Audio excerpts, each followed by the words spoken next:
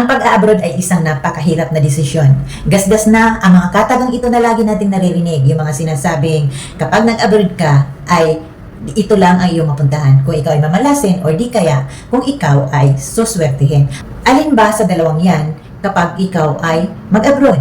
Natural, ang isipin natin sana swertihin tayo. Pero kapag hindi mo masubukan ay hindi mo talaga malalaman kung anong kinalabasan. Kung ikaw ba ay suswertihin nga or mamalasin.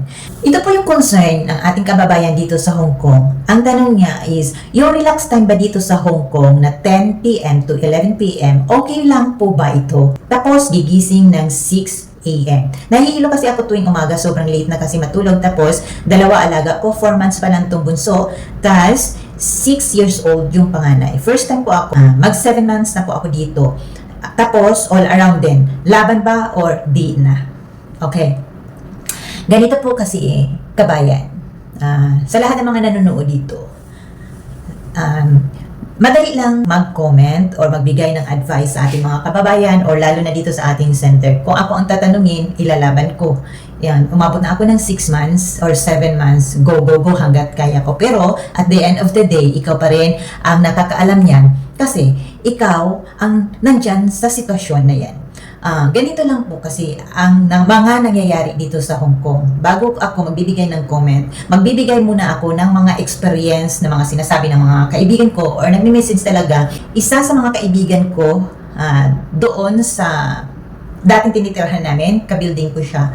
Natutulog talaga siya ng alas 2 ng madaling araw. Nagigising siya ng 5 or 6 a.m. Wala pang pahinga yan dahil ang alaga niya ay kambal at meron din siyang newborn baby.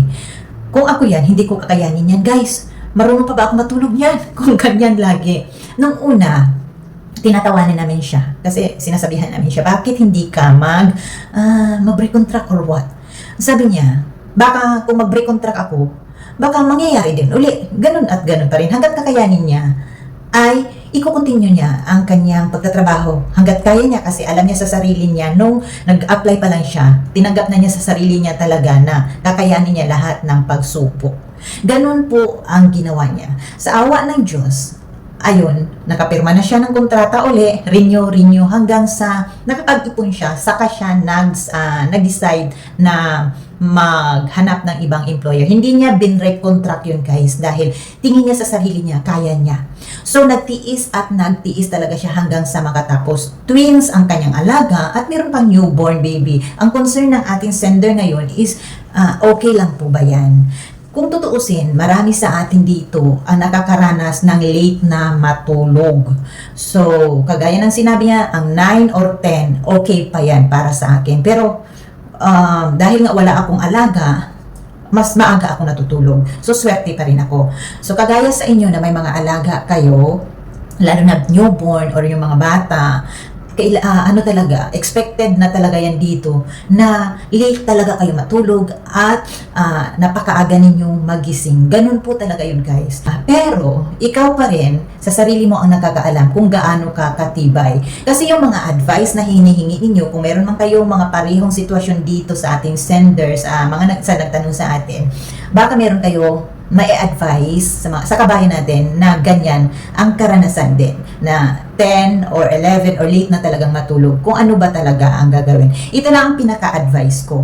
Nung una naman akong dumating dito sa Hong Kong, late na talaga akong natutulog. Okay lang kasi nag-o-observe pa ako. Dumating nga ng ilang buwan, 5 months ata ako nun, maagang nagigising. 4 a.m. nagigising ako. Natutulog ako ng 11 or 12, kahit na wala akong alaga, kasi malaki na yung alaga ko 4 years old na nung dumating ako sa kanila, tapos isa lang yung alaga ko talaga. So, problema ko talaga yun. Ang ginawa ko is communication.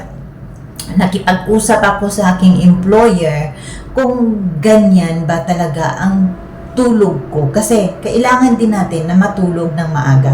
Guys, kung hindi nyo kasi sasabihin sa inyong employers ang inyong sitwasyon, hindi sila mag-a-adjust niyan or hindi sila hahanap ng paraan dahil inisip nila okay lang kayo or okay ka lang sender, di ba?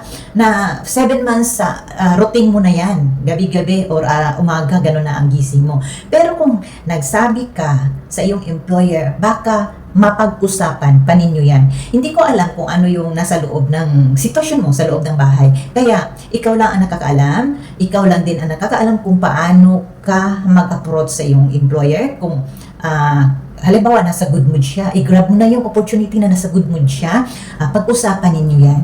Baka may mga advice siya na kailangan gawin or di kaya yung mayroon ka ring sasabihin sa kanya na kayo dapat dalawa or kayong mag-amo ang mag-adjust kung ano ang gagawin. Kasi ang ginawa ko sa employer ko dati, late na akong natutulog, ang aga-aga kong nagising, wala naman akong alaga nga na bata kasi medyo malaki na siya. Ang sinabi ko kasi sa employer ko, ma'am, pwede bang ganito? Kasi kailangan din namin matulog on time, kahit na 9 o'clock or 10 o'clock, okay na yan. Kasi kailangan namin magising. May estudyante po tayo. Kasi yung estudyante ko talaga, kailangan kong handaan pa ng pagkain. So sabi ko, siguro kung ma-adjust ko yung oras ng pagtulog ko, hindi ako magkakaroon ng late na magising. Kasi pag malate ako magising, of course, automatic, ang alaga ko is late din makapasok sa school. Ginanon ko siya. Sabi ng amo ko, hindi ko alam yun. Dapat umpisa pa lang nagsabi ka na ganyan. Kasi kung ano yung nasa loob ninyo, anong iniisip ninyo, hindi rin namin yan malalaman. Kaya kung may concern ka, direct ka magsabi sa akin. So, ganun yun ang pag-uusap namin ng aking mga employers na kailangan kasi guys, kung anong concern natin, diretso tayo magtanong sa ating mga employers. Kasi ang mga employers na yan, hindi nila alam kung ano yung sitwasyon. Baka okay lang sa atin na matulog tayo ng late, magising tayo ng sobrang aga. Di ba, kailangan lang talaga eye communication sa ating mga employers. So, kailangan natin silang kausapin, nasa good mood sila at hindi yung pabalang tayo makipag-usap sa kanila. Yung suggestions lang, baka maintindihan nila. So, hindi naman yan siguro magagalit sila. Except lang yung employer mo, wala talagang pakialam sa atin. Malay mo, try natin kausapin ang ating mga employers, baka mabago ang sitwasyon. And yung 9 to 10 p.m. yung mga ganyan ang tulog, medyo okay pa yan. Yung 6 a.m. okay pa yan ang gising. Para sa akin ha. Pero dahil si sender hindi natin alam kung ano talaga. Tumagal na rin naman siya ng 7. Go lang muna yan. Kasi yung bata,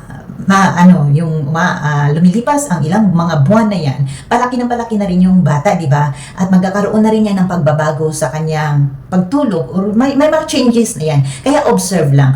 Pero, ang pa rin dito, ang pinaka mag-decide pa rin dyan, ikaw mismo sa sarili mo ang nakakaalam kung hanggang kailan, kung ano yung kakayahan mo. Kasi kung tutuusin, walang makakatulong sa atin yung mga advice na yan.